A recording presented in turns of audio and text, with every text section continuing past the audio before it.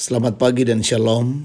Senang bisa berjumpa kembali dalam waktu teduh pagi bersama Gereja Toraja Jemaat Bogor, edisi Kamis 29 Desember 2022.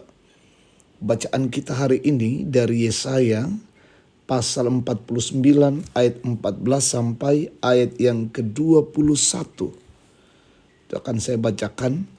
Sebelumnya mari kita berdoa.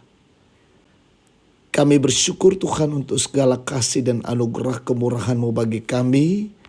Pada pagi hari ini kami boleh ada di hadapan Tuhan. Itu semata-mata karena kebaikan-Mu.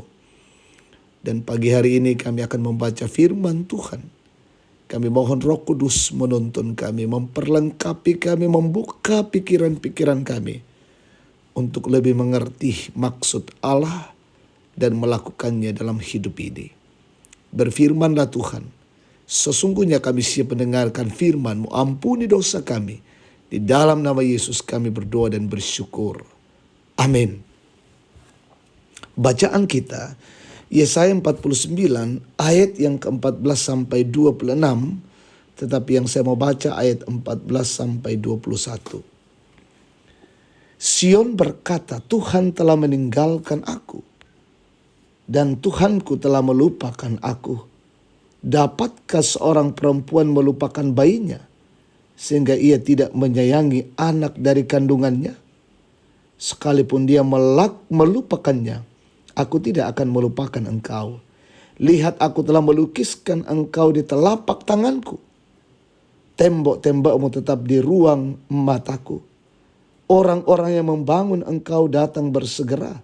Tetapi orang-orang yang merombak dan merusak engkau meninggalkan engkau. Angkatlah mukamu dan lihatlah ke sekeliling. Mereka semua berhimpun datang kepadamu. Demi aku yang hidup, demikianlah firman Tuhan.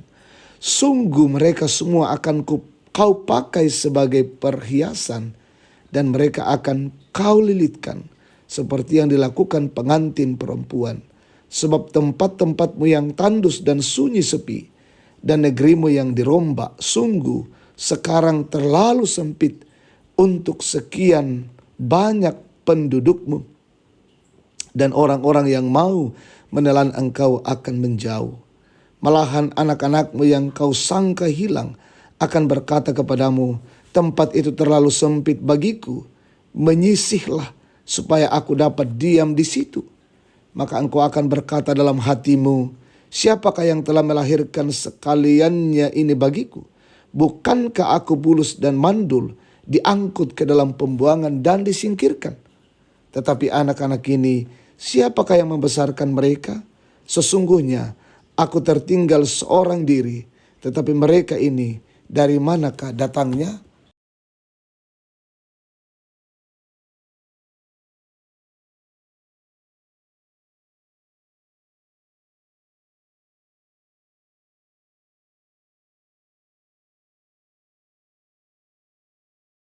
Amin, firman Tuhan. Tema kita terlukis dalam telapak tangan Tuhan. Saudara-saudara, kesaksian Alkitab lewat kisah penciptaan menyatakan bahwa Tuhan membentuk manusia dari debu tanah dan kemudian menghembuskan nafas hidup ke dalam hidungnya sehingga menjadi makhluk hidup. Kejadian 2 ayat 7. Di sini ada dua tindakan Tuhan. Pertama, membentuk manusia dari debu tanah berarti menunjuk pada tindakan Tuhan menggunakan tangannya sendiri.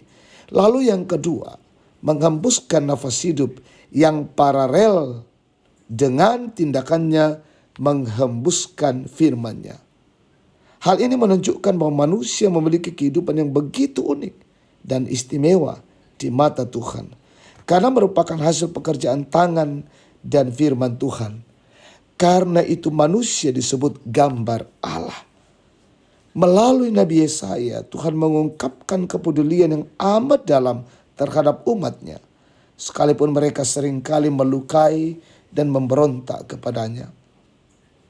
Bahkan tindakan Tuhan yang tidak pernah melupakan umatnya digambarkan dengan sangat menarik. Aku telah melukiskan engkau di telapak tanganku. Berarti setiap kali Tuhan melihat telapak tangannya, dia juga melihat kehidupan dan pergumulan umatnya. Sebagaimana melalui tangannya yang sejak semula mencipta dan membentuk manusia dari debu tanah, ia pun bersedia mengulurkan tangannya untuk menolong dan memulihkan keadaan kita. Jangan pernah beranggapan bahwa Tuhan tidak peduli dengan keadaan kita dan melupakan kita. Seberat apapun perjalanan hidup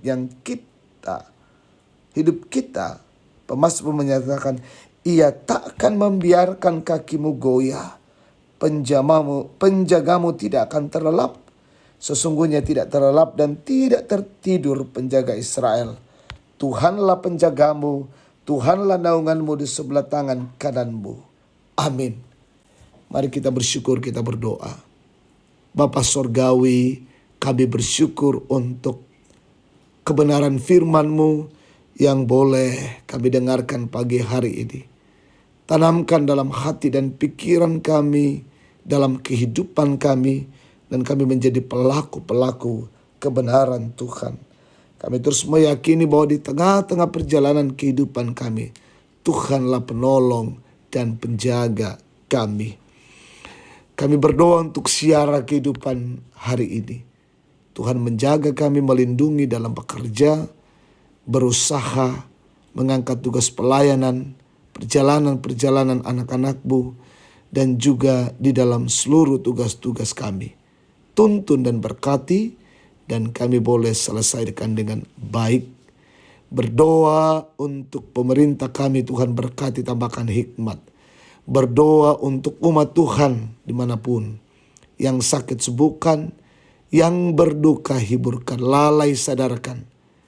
Yang mengalami pergumulan topang dengan baik. Orang tua kami menikmati usia-usia indah, usia-usia emas. Tuhan selalu berikan sukacita dan Tuhan berkati. Kami berdoa yang berulang tahun, sempurnakan syukur mereka. Bahkan kami berdoa untuk saudara-saudara kami yang mencari pekerjaan, Tuhan tunjukkan. Sementara dalam bangku pendidikan, Tuhan arahkan mereka, tambahkan kecerdasan. Inilah doa syukur kami Bapa, ampuni kami. Dalam nama Tuhan Yesus kami berdoa. Amin. Demikian waktu teduh, Tuhan memberkati kita hari ini. Shalom.